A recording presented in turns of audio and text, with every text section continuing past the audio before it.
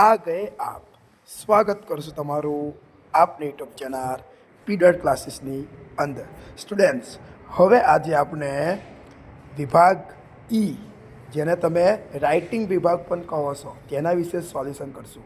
ગાલા assignment 2025 જે ધોરણ 10 માટે બન્યું છે તેમાં જે પેપર 2 છે ને સ્ટુડન્ટ્સ એનો આપણે વિભાગ એ બી સી અને ડી સોલ્વ કર્યો. હવે આજે આપણે વિભાગ એનું ઓપરેશન પૂરું કરશું. સ્ટુડન્ટ્સ મેં તમારા માટે એવી રીતે વિભાગ ઈ ડિઝાઇન કર્યો છે જે તમે લગભગ અત્યાર સુધી કોઈ વખત નહીં જોયો હોય, કેમ કે એની અંદર જે નિબંધ પૂછાય છે, ઈમેલ પૂછાય છે, પિક્ચર પૂછાય છે, એ મેં એક વાક્યનું ગુજરાતી લઈને તમારા માટે રજૂ કર્યો છે. તો ચલો હવે આપણે જોઈએ. તો જો સ્ટુડન્ટ્સ વિભાગ ઈની અંદર જે પહેલો પૂછાય છે, write a paragraph in about words on the following anyone. તમને 3 નિબંધ આપવામાં આવે છે અને તમારે 3માંથી ગમે તે એક નિબંધ લખવાનો છે જે તમને આવડતો હોય એ તમે લખી શકો. તો જો સ્ટુડન્ટ્સ પહેલો નિબંધ છે ધ બ્રેસિંગ ઓફ સાયન્સ.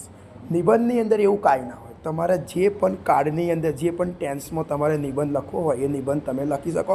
અને નિબંધ કોઈ દિવસ બધાનો સેમ ટુ સેમ ના હોય, દરેકના મનના વિચાર અલગ અલગ હોય, તો એના પ્રમાણે નિબંધ પણ અલગ હોય છે. તો જુઓ, ધ બ્રેસિંગ ઓફ સાયન્સ વિજ્ઞાન વિશે નિબંધ પૂછ્યો છે. તો જુઓ સ્ટુડન્ટ્સ, આ આખો નિબંધ મેં તમારા માટે કેવી રીતે બનાવ્યો. તો પહેલું વાક્ય છે કે આ વિજ્ઞાન અને ટેકનોલોજીનો યુગ છે. તો જુઓ ત્યાંથી એનું ઇંગ્લિશ કર્યું કે આ એટલે ધીસ, છે એટલે ઇઝ, યુગ એટલે ધ એજ ઓફ, વિજ્ઞાન એટલે સાયન્સ, એન્ડ ટેકનોલોજી એટલે ટેકનોલોજી. તમે જુઓ, તમે આરામથી જોઈ શકો છો કે મેં તમારા માટે ગુજરાતી સાથે નિબંધ બનાવ્યો છે. વિજ્ઞાને તેની ઘણી બધી અદ્ભુત શોધો અને શોધોથી પૃથ્વીનો ચહેરો બદલી નાખ્યો છે. તો science has changed the face of the earth, will it's to many wonderful invention and discoveries. એ તમે દરેકે દરેક વાક્યનું ગુજરાતી જોઈ શકો છો, તમે જાતે કરી શકો છો. એ રીતે નીચે તમે જો, તો જુઓ બીજું વાક્ય આવ્યું, વિજ્ઞાને તેની અદ્ભુત પ્રગતિને કર્યું છે. સાયન્સ હેઝ, તમે ગુજરાતી પરથી એનું ઇંગ્લિશ કરી શકો છો. જુઓ તમે, હું તમને સ્ક્રોલ ડાઉન કરીને બતાવી દઉં છું કે કેવી રીતે તમે એને સ્ક્રીનશોટ લેવા માગતા હોય તો તમે સ્ક્રીનશોટ પણ લઈ શકો છો. તમારે વિડીયો ડાઉનલોડ કરવો તમે વિડીયો પણ ડાઉનલોડ કરી શકો છો. તો જુઓ તમે સ્ટુડન્ટ્સ, ઘણા જીવન રોગો હવે તપાસમાં આવે છે અને નાબૂદ થાય છે. તો જુઓ, many a fatal disease is now cracked and indicated. જુઓ તમે કરી શકો છો. દરેકે દરેક વાક્યનું ગુજરાતી સાથે એનું ઇંગ્લિશ કરેલું છે. આખો નિબંધ એ રીતે ડિઝાઇન કરેલો છે. તો સ્ટુડન્ટ્સ એ નિબંધ, બસ એટલો નિબંધ હતો. હવે દેખો નિબંધ નંબર 2 છે જે ઓપ્શનમાં છે, Gujarat its progress in recent year. એક આ નિબંધ પૂછાયો છે, આ એના પોઈન્ટ છે. પણ તમે એ નિબંધ પણ જોઈ શકો છો કે તમે ગુજરાતી આપેલું છે અને ત્યાંથી એનું ઇંગ્લિશ કરેલું છે. તો તમે એ ગુજરાતીના આધારે પણ એનું ઇંગ્લિશ કરી શકો. જો તમે ડાયરેક્ટ ઇંગ્લિશ કરો તો પણ ચાલે, અને જો ગુજરાતી યાદ રાખો તો પણ ચાલે. તમે જોઈ શકો છો કે આ નિબંધ આ રીતે કરેલો છે. બીજું પણ તમે જોવો, હજુ ગુજરાતમાં રસ્તાઓ ખાસ કરીને હાઈવે દેશમાં શ્રેષ્ઠ છે. The rods expensive the highway in Gujarat are the best in the country. બરાબર, આ રીતે ગુજરાતી એનું કરેલું છે. જુઓ તમે, આ રીતે ગુજરાતી સાથે એનો ઇંગ્લિશ નિબંધ છે. અને સ્ટુડન્ટ્સ એક ખાસ વાત, તો જ્યારે તમે બોર્ડની અંદર નિબંધ લખો તમારે આ રીતે વાક્ય નહીં લખવાનું, પણ તમને તમારા માટે આસાન લાગે, તમને સરળ લાગે એટલે મેં એક વાક્ય લખ્યું છે. પણ જ્યારે તમે પેપર લખવા બેસો ત્યારે તમારા નિબંધને ભેગા કરી દેવાના, એટલે ફકરાની અંદર જ તમારે નિબંધ લખવાનો છે. યાદ રાખજો, ફકરા સ્વરૂપે તમારે નિબંધ લખવાનો છે. હવે આ ત્રીજો નિબંધ છે. જુઓ, a visit to science exhibition, એક વિજ્ઞાન મેળાની મુલાકાત કરવાની છે. તો એનો નિબંધ જુઓ.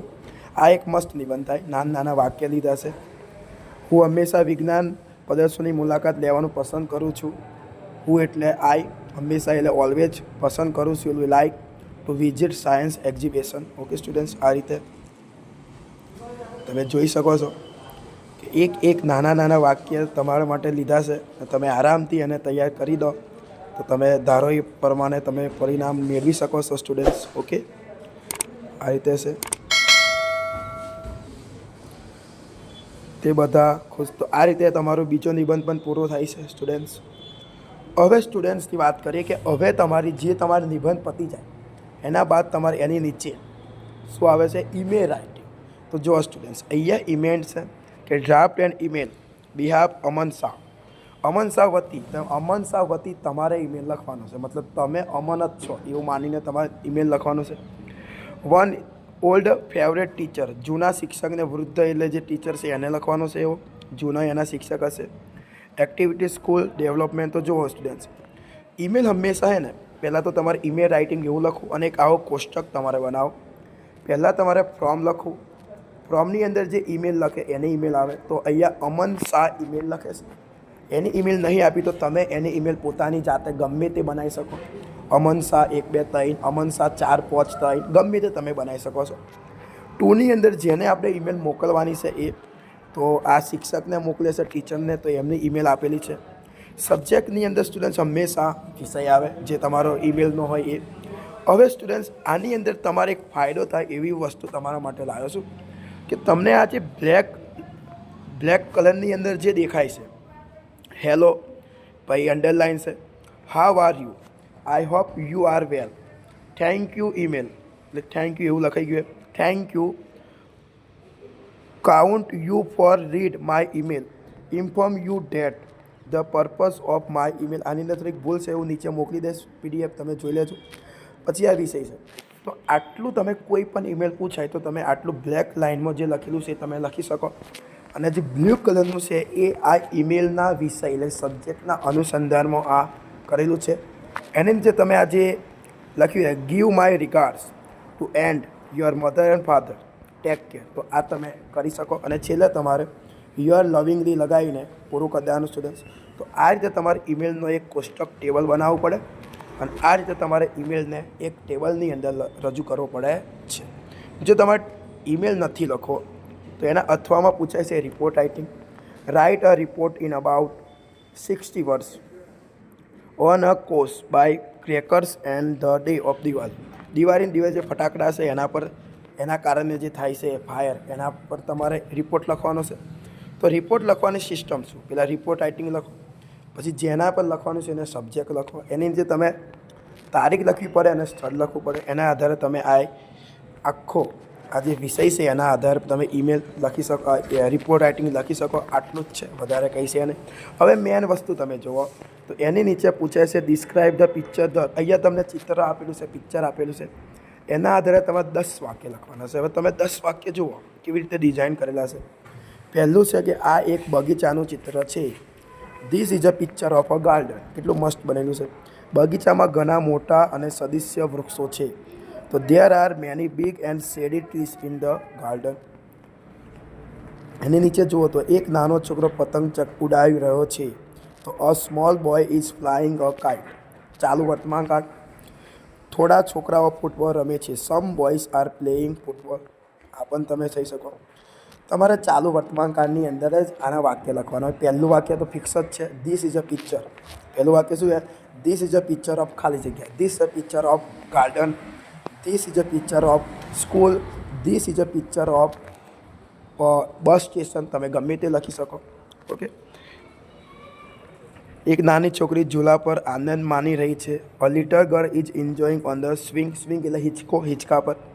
થોડા બાળકો સ્લાઇડ પર મસ્તી કરી રહ્યા છે. Some children are having fun on the slide, એટલે રિપ્સોની આવે ને એની વાત છે. 2 બાળકો નજરે પડે છે એટલે આપણી સામે છે. 2 children are on the sea છે. 2 બાળકો રેતીમાં રમી રહ્યા છે. 2 children are playing in the sand. Sand એટલે રેતી થશે. તળાવમાં એક નાની હોડી છે. There is a small boat in the pond. તળાવને શું કહેવાય? પોન્ડ કહી શકો, લેક પણ કહેવાય. અને એક છેલ્લું વાક્ય, એક છોકરી સ્ક્રીપ કરી રહી છે. સ્કિપ્ટિંગ નહીં, સ્કેપિંગ નહીં કરતા એની વાત છે. અ ગર્લ્સ ઇઝ સ્કેપિંગ. એક નાનો છોકરો આરસ સાથે રમી રહ્યો છે. A small boy is playing with marbles. તો સ્ટુડન્ટ્સ આ રીતે તમે આખો વિભાગ ઈનું સોલ્યુશન કરી શકો. અને વિભાગ સીની અંદર સ્ટુડન્ટ્સ કોઈ દિવસ તમારું કોઈનું સમાન ના હોય. તમે તમારા મનની અંદર આવનારા વિચારને રજૂ કરી શકો. તમને જેવા વિચાર આવે બસ એ તમારે લખવાનું. પણ આને કરવા માટે તમારું અંગ્રેજી ગ્રામર તમારું પાક્કું હોવું જોઈએ. તમારી સ્પેલિંગમાં ભૂલ ના પડવું જોઈએ. તમારું ગ્રામરનું કંઈ ખોટું ના પડવું જોઈએ. તો તમે લખો તો તમે આરામથી માર્ક્સ કવર કરી શકો છો. ઓકે સ્ટુડન્ટ્સ, તો આશા રાખું છું કે તમને ફાયદો થયો હશે આ વસ્તુથી. અને આ વિડીયોની ડિસ્ક્રિપ્શનની અંદર આની આખી લિંક હું તમને મોકલી દઈશ, જે તમે એનો યુઝ કરી શકો છો. ઓકે, જો તમને વિડીયો ગમ્યો હોય તો વિડીયોને લાઇક કરજો, શેર કરજો અને ચેનલને સબસ્ક્રાઈબ કરીને જ જજો. ત્યાં સુધી મહેનત કરતા રહો.